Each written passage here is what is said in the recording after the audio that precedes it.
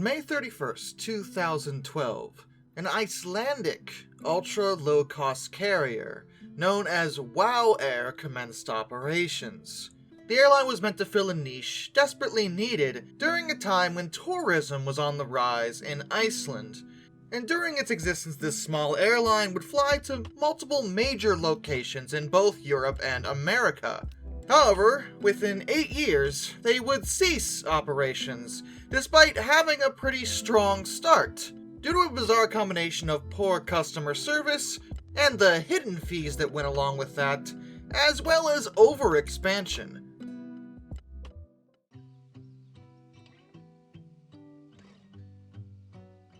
USAer was founded by Skúli Mogensen, who did have a history of successful business practices. He was a wealthy man, serving as CEO of Oz for 18 years, until that company was sold to Nokia in 2008. He had a dream of building up Iceland, at one point saying he wished to make Iceland the Dubai of the North. Lofty goals, perhaps, but one of his ventures naturally became WOW, which is still such a weird name to say. But his background industries prior to WOW consist of technology and telecoms in Iceland, Europe, and North America. Airlines was a new thing for him, and the sole owner of WOW was Titan, which was an investment company owned by Mogensen, so it really was just down to him. He served as WOW's CEO and sat on the 5-person board of directors. But he didn't do this on a whim or without prior thought. He did cite a gap in the low-cost aviation market, with regards to Iceland specifically. He wanted the small island nation to become a major international transit point. And as for that name, WOW. Well, according to him, the airline's name was chosen to signify his own feelings toward Iceland, as well as the fact that it reads Mom when the letters are turned upside down. Which... what? Why would... okay, you know what? I'm just gonna go with it.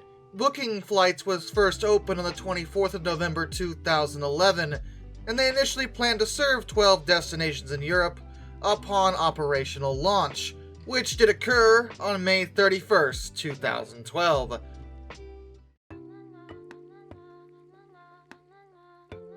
Their first flight was to Paris, France, and admittedly, in their defense, at first, things went pretty well, actually. Their first few years were marked with legitimate profits. They were doing well enough that they acquired Iceland Express's operations and network, and they continued to see growth for another few years. They carried over 400,000 passengers in 2013 and reached their 1 millionth passenger in December of 2014. By 2015, they started expanding into North America, first in the US, and then started flights to Canada in May of 2016.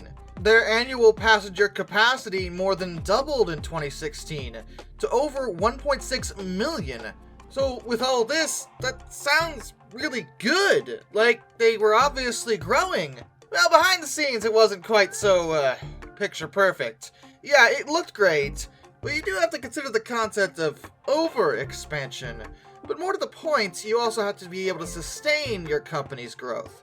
And while Air, over time, became surrounded in an aura of, distrust from the general public. The first major controversy happened in 2017, when they were accused of spreading false claims about their pricing system through what's called journalism.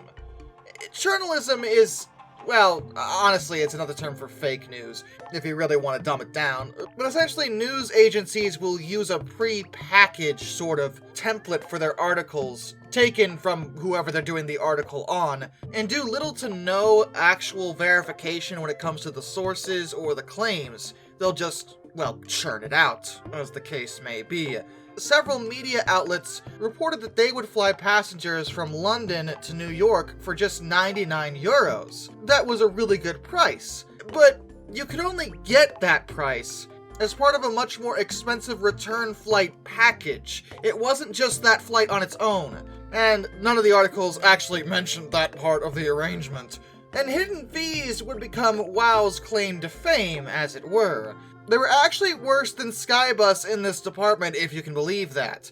Because Skybus would at least let you take carry-ons at no charge, like most airlines do. But WOW? No, absolutely not. According to someone who actually flew on them, while the ticket price itself was very attractive, when they checked in, they had to pay an additional $180 for their 2 carry-ons and 1 checked bag. $180 for 2 carry-ons and a single checked bag. Are you kidding me? They also point out that that price was actually more than the ticket was. And people warned each other that you could expect pretty much everything that was complimentary on any other airline to be charged. Water bottles, any and all food, and a lot of the planes weren't really well maintained, at least in terms of aesthetics. The washrooms inside the planes were almost always dirty, the seats were cheap and uncomfortable, and the service. What service? The employees were notorious for being rude and unhelpful, seemingly always with the attitude of, "You're lucky I showed up to work today, get on the plane and don't talk to me." They didn't have Wi-Fi, TV, radio, or any kind of entertainment available. Nothing. It was bare bones. And yeah, you might be saying, but it is ultra low cost, and yeah, but it gets to a point where passengers would rather pay just a little bit extra for, like, feeling like a human being, you know? But then there's the overexpansion, and this comes down to the mismanagement element. A lot of this other stuff is nothing unusual for an ultra-low-cost carrier, so you could argue that people should have known what they were getting into, but the overexpansion is totally on WOW. Like I said, in the beginning, they'd been pretty profitable, but they experienced a loss in 2017, even though, technically, they had a 58% increase in revenue from 2016. Now, how in the world is that possible? Well, it's because they just could not stop expanding far beyond their means. By 2018, they reached a high of 36 destinations, and their third quarter results from that year showed a similar pattern to 2017. They had an increase in revenue, yeah, but they had a way higher loss margin. Every time they expanded, they always upped their losses, and they couldn't make up for it even with their revenue increases. They were expanding too quickly, far more than they could ever hope to sustain, and they wouldn't stop doing it. By the 5th of November 2018, it was announced that Iceland Air Group, which was the holding company of a rival of WOW's, Iceland Air, would actually acquire the entire share capital of WOW, and the 2 airlines would continue to operate under separate names. Together, they would have a share of around 3.8% of the transatlantic market. It seems like WOW was being bailed out, but by the 27th of November, they then announced that they had to return 4 of their aircraft to lessors, as a sale and lease-back offer fell through. Mind you, WOW's total fleet size consisted of 10 aircraft, so this nearly halved their operational potential. And by the 29th of November, Iceland Air abandoned their takeover plans, as they felt the preconditions of the shareholders' meeting weren't likely to actually be met, and that's fair. But that same day, Indigo Partners, which did have stakes in several different ultra-low-cost carriers, reached a preliminary agreement to buy WOW, and shortly after that, WOW announced major adjustments to their operations. Their staff was reduced by 360 to only about 1,000 individuals, and a further 5 aircraft were to be phased out, which according to my math would leave them with just 1 plane? How are you gonna run an entire airline with 1 plane? They then ended multiple routes because, well, duh, they didn't have planes.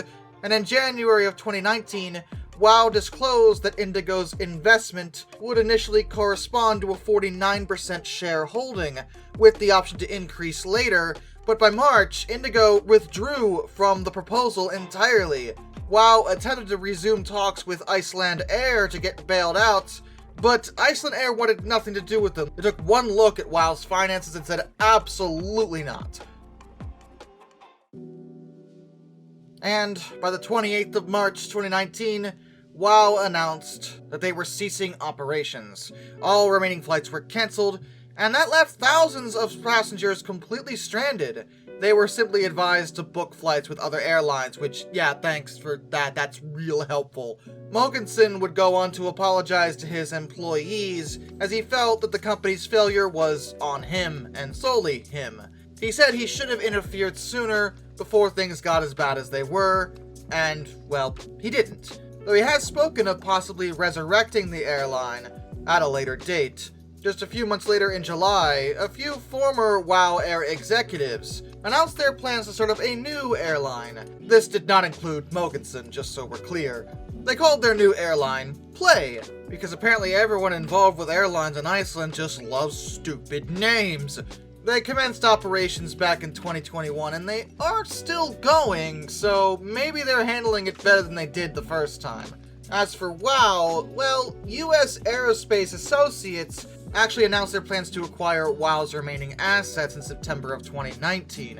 They apparently said they were gonna offer flights, but that just never came about.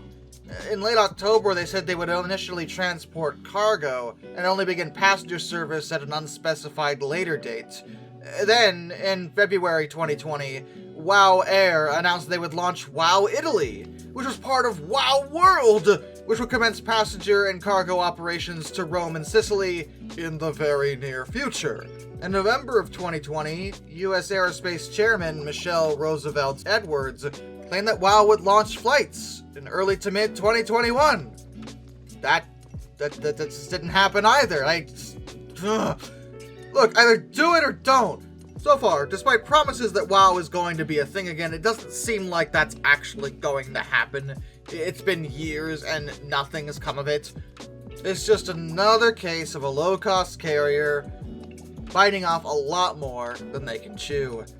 And with that, a special thank you to all my underwater train finders, Some Dude 267, Orange Glass, Benjamin Owens, Panzer Kitsune 131-232, Josh Johnson, Metal for Life Guy, Anzac A1, Arthur Roy, Tommy Rossini, Lord Captain Von Thrust III, Brian, Jack Carson's Roro Videos, Hayden DeGrow, Master of None, Lord Hoff 444, That Guy with a Beard, Mark Holding, Murder Drone Stall, A-Person 723, DM Tribal Typhoon, Alfonso Lapuche, Royal Hunter 2860, Icerfer 1405, Charles Kwiatkowski, Matthew Wolf, Mr. Sleepy, Matt Weaver, Alaric Jaspers, Tom Red Lion, NS Productions 8104, Hannah Bird, Hendrick Motorsports Fan 5, Wheeljack 8401, Rescues Greyhounds, Dr. Racer 78, The Baxter, Caleb Crosswhite, and Ohio Trucker 1. Till next time, this is Darkness, and I bid you all a fond farewell.